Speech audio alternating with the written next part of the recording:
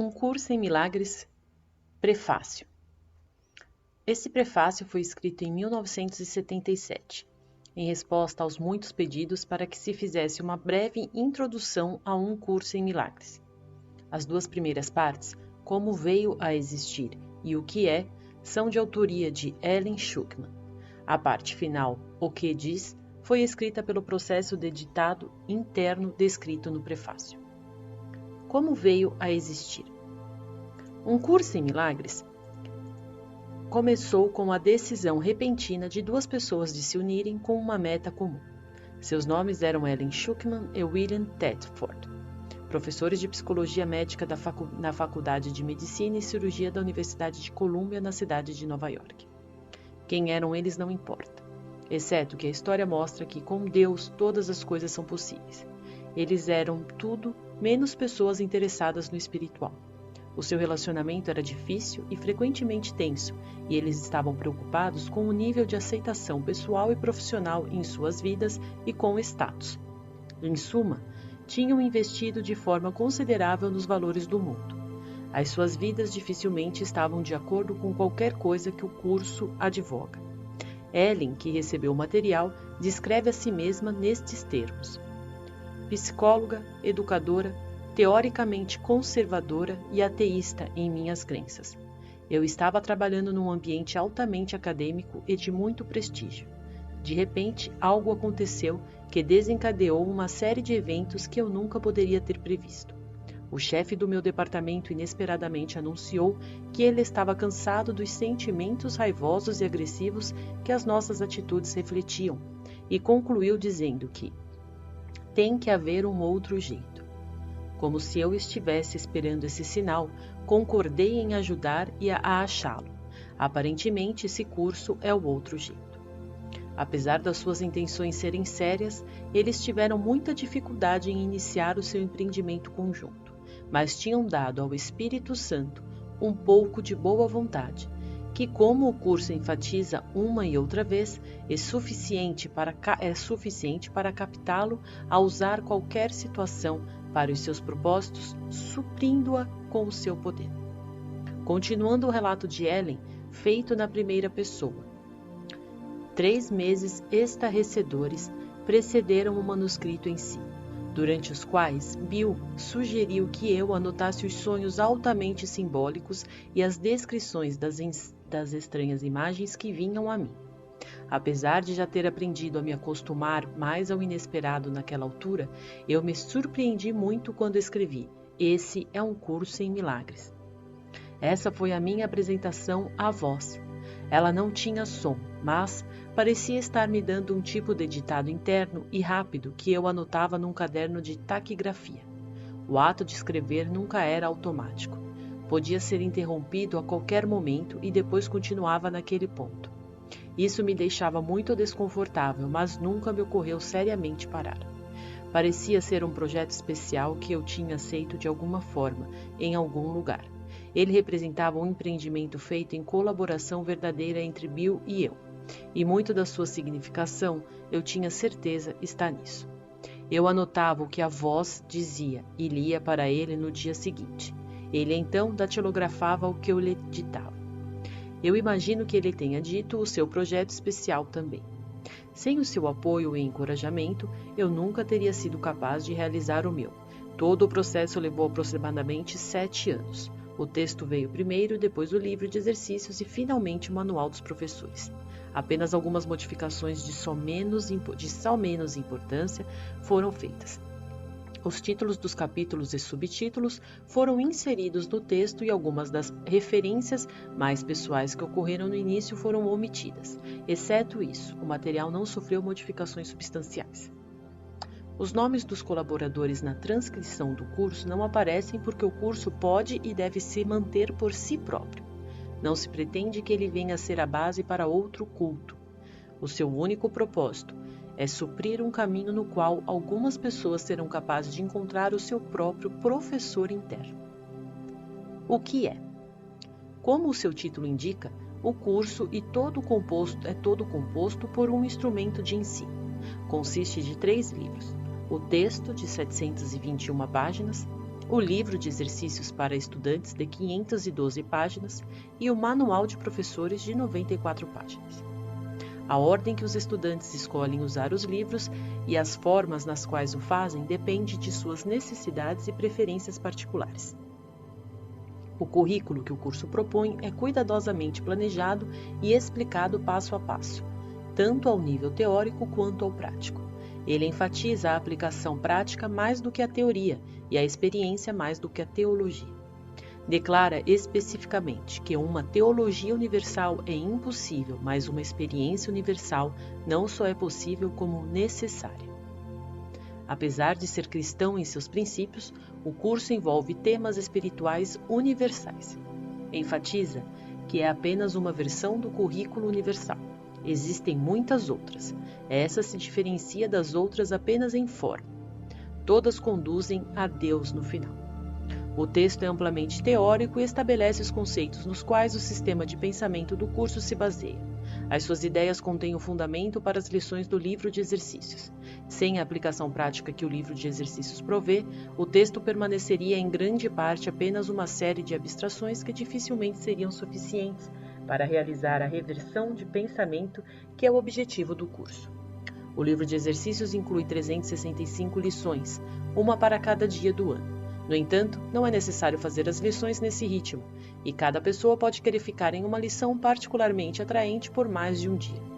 As instruções requerem apenas que não se tente fazer mais de uma lição por dia.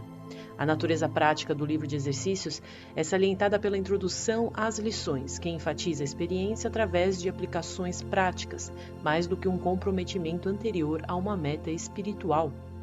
Acharás difícil acreditar em algumas das ideias que esse livro de exercícios te apresenta, e outras podem te parecer bastante surpreendentes.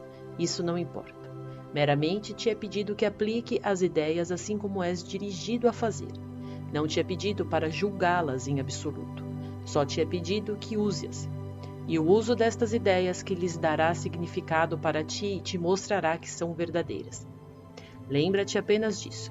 Não precisas acreditar nas ideias, não precisas aceitá-las e não precisas nem mesmo acolhê-las bem. Algumas delas podes resistir com veemência, nada disso importará ou diminuirá a sua eficácia. Mas não te permitas fazer exceções ao aplicar as ideias contidas no livro de exercícios e quaisquer que sejam as tuas reações às ideias, use-as. Nada mais do que isso é requerido. Finalmente, o Manual dos Professores, que é escrito em forma de perguntas e respostas. Fornece respostas a algumas das perguntas mais prováveis que um estudante poderia fazer. Também inclui esclarecimentos a respeito de alguns dos termos que o curso emprega, explicando-os dentro da estrutura teórica do texto. O curso não pretende chegar à finalidade última e as lições também não pretendem levar o estudante a completar o aprendizado. No fim, o leitor é deixado nas mãos do seu professor interno, que orientará todas as lições posteriores como ele achar adequado. Apesar do curso ser abrangente na sua estruturação, a verdade não pode ser limitada a nenhuma forma finita, como é claramente reconhecido na declaração no fim do livro de exercícios. Esse curso é um começo, não um fim. Não há mais lições específicas, pois não precisamos mais delas. A partir de agora, ouve apenas a voz por Deus. Ele dirigirá os teus esforços, dizendo-te exatamente o que fazer, como orientar a tua mente e quando vir a ele, em silêncio, pedindo-lhe a sua orientação segura e o seu verbo certo. Livro de Exercícios, página 511. O que diz? Nada real pode ser ameaçado, nada irreal existe, nisso está a paz de Deus. É assim que um curso em milagres começa. Ele faz uma distinção fundamental entre o real e o irreal, entre conhecimento e percepção. Conhecimento é verdade e está sobre uma única lei, a lei do amor de Deus. A verdade é inalterável, eterna e não é ambígua. É possível não reconhecê-la, mas não é possível mudá-la. Ela se aplica a tudo o que Deus criou e só o que Ele criou é real. Está além do aprendizado porque está além do tempo e do processo. Não tem opostos, não tem início e não tem fim. Simplesmente é. O mundo da percepção, por outro lado, é o mundo do tempo, da mudança, dos inícios e dos fins. Ele se baseia em interpretação, não em fatos. É o mundo do nascimento e da morte, fundado sobre a crença na escassez, na perda, na separação e na morte. Ele é aprendido mais do que dado, seletivo nas ênfases que dá à percepção, instável em seu funcionamento e impreciso em suas interpretações. Do conhecimento e da percepção surgem, respectivamente, dois sistemas de pensamento distintos, que são opostos em todos os aspectos. No domínio do conhecimento, nenhum pensamento existe à parte de Deus, porque Deus e sua criação compartilham uma única vontade. O mundo da percepção, no entanto, é feito pela crença em opostos e vontades separadas, em perpétuo conflito umas com as outras e com Deus. O que a percepção vê e ouve parece ser real porque ela só permite que entre na consciência o que está de acordo com os desejos de quem está percebendo. Isso leva a um mundo de ilusões, um mundo que precisa de defesa constante exatamente porque ele não é real. Quando foste aprisionado no mundo da percepção, foste aprisionado num sonho. Não podes escapar sem ajuda, porque tudo que os teus sentidos te mostram apenas testemunha a realidade do sonho. Deus forneceu a resposta, o único caminho para a saída, o verdadeiro ajudante. A função da sua voz, seu Espírito Santo, é ser o mediador entre os dois mundos. Ele pode fazer isso porque, se de um lado conhece a verdade, de outro também reconhece as nossas ilusões, mas sem acreditar nelas. A meta do Espírito Santo é ajudar-nos a escapar do mundo de sonhos, ensinando-nos a reverter nosso pensamento e a desaprender nossos erros. O perdão é o grande instrumento de aprendizado do Espírito Santo para realizar essa inversão do pensamento. No entanto, o curso, que tem a sua própria definição do que realmente é o perdão, assim como ele define o mundo à sua própria maneira. O mundo que nós vemos apenas reflete o nosso próprio referencial interno, as ideias dominantes, desejos e emoções em nossas mentes. A projeção faz a percepção. Texto, página 474.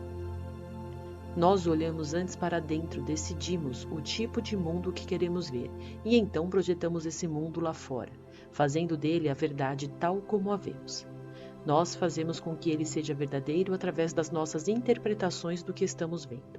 Se estamos usando a percepção para justificar nossos próprios erros, nossa raiva, nossos impulsos para atacar, nossa falta de amor em todas as formas que pode ter, veremos um mundo de maldade, destruição, malícia, inveja e desespero. Tudo isso nós precisamos aprender a perdoar, não porque estamos sendo bons e caridosos, mas porque o que estamos vendo não é verdadeiro. Nós distorcemos o mundo pelas nossas defesas tortuosas e estamos consequentemente vendo o que não existe. À medida que aprendemos a reconhecer nossos erros de percepção, também aprendemos a olhar para o que está além ou perdoá-los ao mesmo tempo. Estamos perdoando a nós mesmos, olhando para o que está além dos nossos autoconceitos distorcidos, que é o ser que Deus criou em nós e como nós. O pecado é definido como falta de amor. Já que o amor é tudo o que existe, o pecado, na ótica do Espírito Santo, é um erro a ser corrigido e não um mal a ser punido. Nosso senso de inadequação, fraqueza e incompleteza vem do grande investimento no princípio da escassez, que governa todo o mundo das ilusões. Desse ponto de vista, nós buscamos em outros o que sentimos que está faltando em nós mesmos. Amamos um ao outro para conseguirmos algo para nós. Isso, de fato, é o que passa por amor no mundo dos sonhos. Não pode existir nenhum erro maior do que esse, pois o amor é incapaz de pedir o que quer que seja. Só as mentes podem se unir na realidade, e aqueles a quem Deus uniu, ninguém pode separar. No entanto, é só ao nível da mente de Cristo que a verdadeira união é possível, e essa, de fato, nunca foi pedida. O pequeno eu procura se realçar através da aprovação externa, dos bens externos e do amor externo. O ser que Deus criou não precisa de nada. Ele está para sempre completo, a salvo, amado e amoroso. Procura compartilhar mais do que conquistar, estender mais do que projetar. Ele não tem necessidades e quer unir-se a outros devido à consciência mútua da abundância.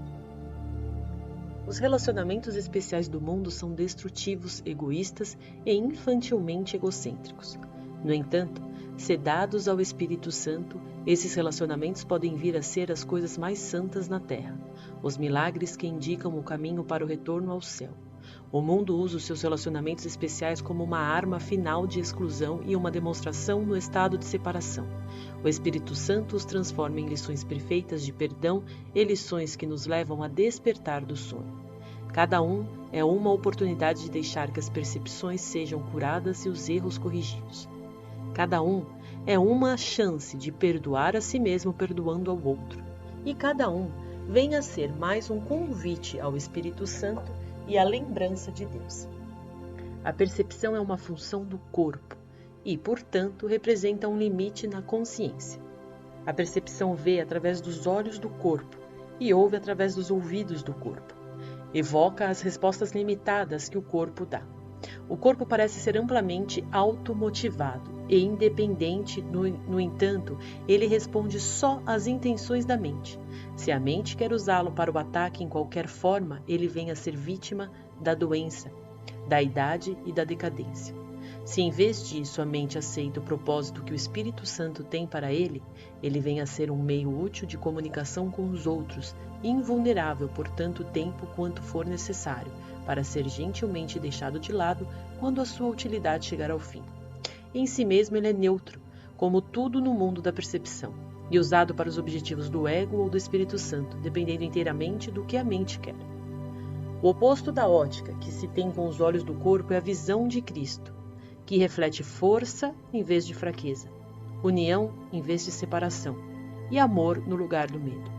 O oposto da audição através dos ouvidos do corpo é a comunicação através da voz por Deus, o Espírito Santo, que habita em cada um de nós. A sua voz parece distante e difícil de ser ouvida, porque o ego, que fala pelo ser pequeno e separado, parece falar muito mais alto. De fato, isso está revertido. O Espírito Santo fala com uma clareza inconfundível e com um apelo irresistível. Ninguém que não escolhesse se identificar com o corpo poderia ser surdo às suas mensagens de liberação e esperança, ou poderia falhar em aceitar com alegria a visão de Cristo em lugar do seu miserável retrato de si mesmo. A visão de Cristo é a dádiva do Espírito Santo, a alternativa de Deus para a ilusão da separação e para a crença na realidade do pecado, da culpa e da morte. E a única correção de todos os erros da percepção, a reconciliação dos aparentes opostos nos quais esse mundo se baseia, a sua luz benigna, mostra todas as coisas de outro ponto de vista, refletindo o sistema de pensamento que surge do conhecimento e fazendo com que o retorno a Deus não só seja possível, mas inevitável. O que era considerado como injustiças feitas a alguém por outra pessoa, agora vem a ser um pedido de ajuda e um chamado para a união. O pecado, a doença e o ataque são vistos como percepções equivocadas que pedem um remédio através da gentileza e do amor. As defesas são postas de lado, porque onde não há ataque, não há necessidade delas. As necessidades de nossos irmãos passam a ser as nossas, porque eles fazem conosco a jornada em direção a Deus. Separados de nós, eles perderiam o seu caminho.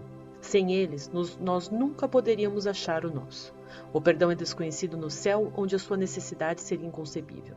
No entanto, nesse mundo, o perdão é uma correção necessária a todos os erros que cometemos. Oferecer o perdão é o único modo de o recebermos, pois ele reflete a lei do céu, onde dar e receber são a mesma coisa. O céu é o estado natural de todos os filhos de Deus, tal como ele os criou. Essa é a sua realidade para sempre. Ela não foi mudada por ter sido esquecida. O perdão é o meio através do qual nós nos lembraremos. Através do perdão, o pensamento do mundo é revertido. O mundo perdoado vem a ser a porta do céu, porque através da sua misericórdia podemos finalmente perdoar a nós mesmos. Não aprisionando ninguém à culpa, nós nos libertamos. Tomando conhecimento de Cristo em todos os nossos irmãos, reconhecemos a sua presença em nós mesmos.